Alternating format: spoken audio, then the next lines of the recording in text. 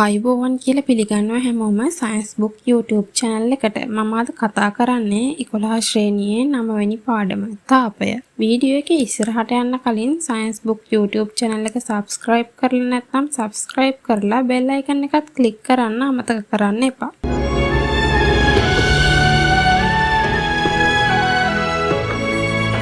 Science book විද්‍යාවෙන් අනන්තයට.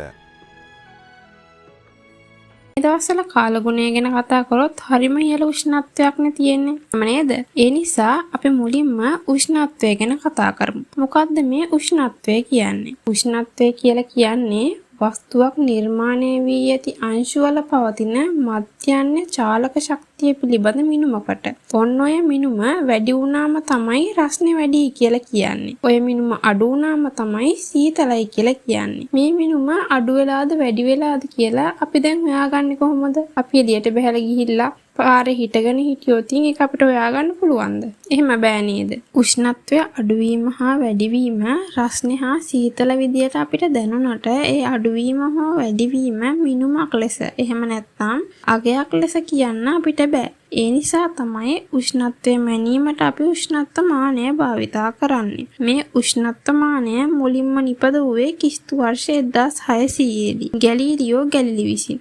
වර්තමානයේ උෂ්ණත්වය මැනීමට විවිධ උෂ්ණත්වමාන භාවිතා කරනවා. මේ පාඩමේදී අපි කතා කරන්නේ වීදුරු රසදිය උෂ්ණත්වමානය හා වීදුරු මධ්‍යසාර උෂ්ණත්වමානය ගැන විතරයි. අපි කතා කරන උෂ්ණත්වමාන දෙක ගැනයි උෂ්ණත්ව පරිමාණයන් ගැනයි මේ ඔක්කොම එකපාරින් තේරෙන්න මම ඔයාලට මුලින්ම වීදුරු රසදිය උෂ්ණත්වමානයක් හදන්නේ කොහොමද කියලා සරලව කියලා දෙන්නම්. මේකට අභ්‍යන්තර නලය ඒකාකාර සිහින් වීදුරු නලයක් සහ පිත්තල කොපුවක් භාවිතා කරනවා. මෙහිදී මුලින්ම කරන්නේ සිහින් නලය රත් කරලා කොපුව තුලට ගිල්වන එක. එහෙම ගිල්වලා ඉහළින් වාතය ඇතුළු කරනවා. එසේ වාතය ඇතුළු කරන විට නලයේ පහළ කොටස කොපුවේ හැඩය ගන්නවා. ඊට පස්සේ එම නලයට රසදිය චූෂණය කරලා යටින් නැති සිදුර සීල් කරනවා. ඊට පස්සේ අයිස් ලක්ෂයේදී රසදිය කඳේ දිග ලකුණු කර ගන්නවා. අයිස් ලක්ෂය කියලා කියන්නේ සංශුද්ධ අයිස් ද්‍රව බවට පත්වන අගයට. ඊට පස්සේ වාෂ්ප ලක්ෂයේදී රසදිය කඳේ දිග ලකුණු කර ගන්නවා. වාෂ්ප ලක්ෂය කියලා කියන්නේ ජලය හුමාලය බවට පත්වන උෂ්ණත්වයට. ඊට පස්සේ මේ උෂ්ණත්වමානයෙන් මැනීමට බලාපොරොත්තු වන වැඩිම අගයට වඩා වැඩියෙන් මේ නලය රත් කරනවා.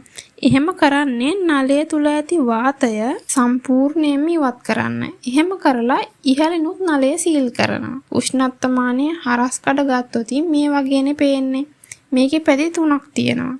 දැන් මේ පැති වලින් එක් පැත්තක සංශුද්ධ අයිස් ද්‍රව බවට පත්වන උෂ්ණත්වය ශුන්‍ය ලෙසත් එම පීඩනයේ ඇති ජලය හුමාලය බවට පත්වන උෂ්ණත්වය 100 ලෙසත් ලක්ෂ 2ක් ලකුණු කරලා එම ලක්ෂ 2 අතර දිග සමාන කොටස් 100කට බෙදලා සෙල්සියස් පරිමාණය ලකුණු කර ගන්නවා. අනෙක් පැත්තේ එම ලක්ෂ 2ම 273 හා 373 ලෙස සලකුණු කරලා ඒ දිග කොටස් 100කට බෙදලා කෙල්වින් පරිමාණය සලකුණු කර ගන්නවා. අනෙක් මුහුණතේ එම ලක්ෂ 2ම 32 හා 212 ලෙස ලකුණු කරලා එම දිග කොටස් 180කට බෙදීමෙන් ෆැරන්හයිට් පරිමාණය ලබා ගන්නවා. මේ උෂ්ණත්ව පරිමාණ සකස් කර ගැනීමට භාවිතා කරන වෙනස් නොවන ලක්ෂවලට තමයි අචල ලක්ෂ කියලා කියන්නේ. සෙල්සියස් සහ ෆැරන්හයිට් පරිමාණවල ශූන්‍ය අගයන් එම පරිමාණය සකස් කළ අයගේ අභිමතය අනුව තෝරාගෙන ඇති නමුත් කෙල්වින් පරිමාණය සොයාගත්තේ බ්‍රිතාන්‍ය ජාතික විද්‍යාඥයෙකු වෙන කෙල්වින් සාමිවරයා විසින්. එම උෂ්ණත්වය නිරපේක්ෂ ශූන්‍ය කියලා කියනවා. නිරපේක්ෂ ශූන්‍ය කියලා කියන්නේ මොකක්ද කියලා පැහැදිලි කරගමු. වස්තුවක උෂ්ණත්වය කියන්නේ එම වස්තුව සෑදී ඇති අංශු වල මධ්‍යන්‍ය චාලක ශක්තිය පිළිබඳ මිනුමක් කියලා අපි කතා කරන්නේ. යම් වස්තුවක ඇති සියලුම අංශු වල චාලක ශක්තිය ශුන්‍ය වූ විට එම වස්තුවේ උෂ්ණත්වයට තමයි නිරපේක්ෂ ශුන්‍ය කියලා කියන්නේ. එහි උෂ්ණත්වය එම අගයට වඩා අඩු කළ නොහැකි. ඒ අගය සෙල්සියස් වලින් ගත්තම ඍණ 273.15 සෙල්සියස් ලෙස සොයාගෙන තියෙනවා. ඒ අනුව ගත්තාම සෙල්සියස් කොටස් 100ක් කෙල්වින් කොටස් 100කට සමාන වෙනවා. ඒ නිසා සෙල්සියස් කොටස් 1ක් කෙල්වින් කොටස් එකකට සමාන වෙනවා. සෙල්සියස් අගයක් කෙල්වින් කරන්න ඕන නම් දී ඇති සෙල්සියස් අගයට 273ක් එකතු කරන්න. කෙල්වින් අගයක් සෙල්සියස් අගයක් කරන්න ඕන නම් දී ඇති අගයෙන් 273ක් අඩු කරන්න. උෂ්ණත්වය මැනීමේ අන්තර්ජාතික ඒකකය තමයි කෙල්වින් කියලා කියන්නේ. දැන් අපි මේ කතා කරේ වීදුරු රසදිය උෂ්ණත්වමානය ගැනනේ.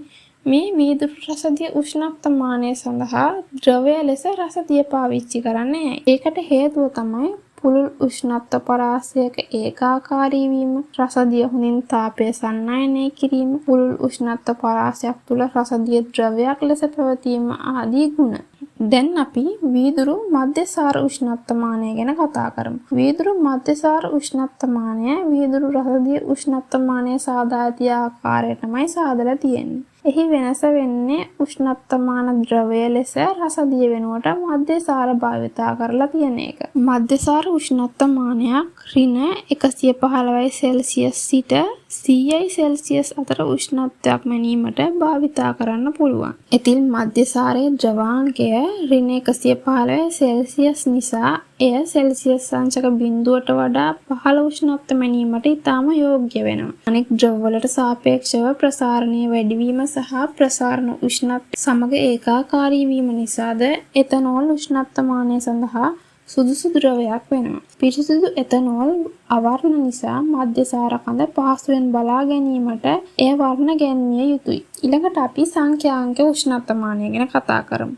උෂ්ණත්වයේ කෙලින්ම සංඛ්‍යාවක් ලෙස කියවා ගැනීමට තමයි මේ සංඛ්‍යාංක උෂ්ණත්වමානය භාවිතා කරන්නේ. මෙම උෂ්ණත්වමානවලදී සෑදීමට උෂ්ණත්වය වැඩිවීම නිසා සිදුවන ප්‍රසාරණය වෙනුවට ප්‍රතිරෝධය වැනි උෂ්ණත්වය මත රඳා පවතින විද්‍යුත් ගුණයක් භාවිතා කරනවා. අපි ඔබට අදාළව තියෙන උෂ්ණත්වය කියන කොටස සම්පූර්ණයෙන්ම කතා කරා. 11 ශ්‍රේණියේ 9 වෙනි පාඩම තාපය පාඩම ටිකක් සංකීර්ණ පාඩමක්. ඒක නිසා එය කොටස් කිහිපයකින් ඔයාලට අරගෙන එනවා. එතකොට ඔයාලට ඒක තේරුම් ගන්න ලේසි වෙනවා. එහෙනම් අපි අතට ගිහින් එන්නම්. ඔබට සුබ දවසක් වේවා.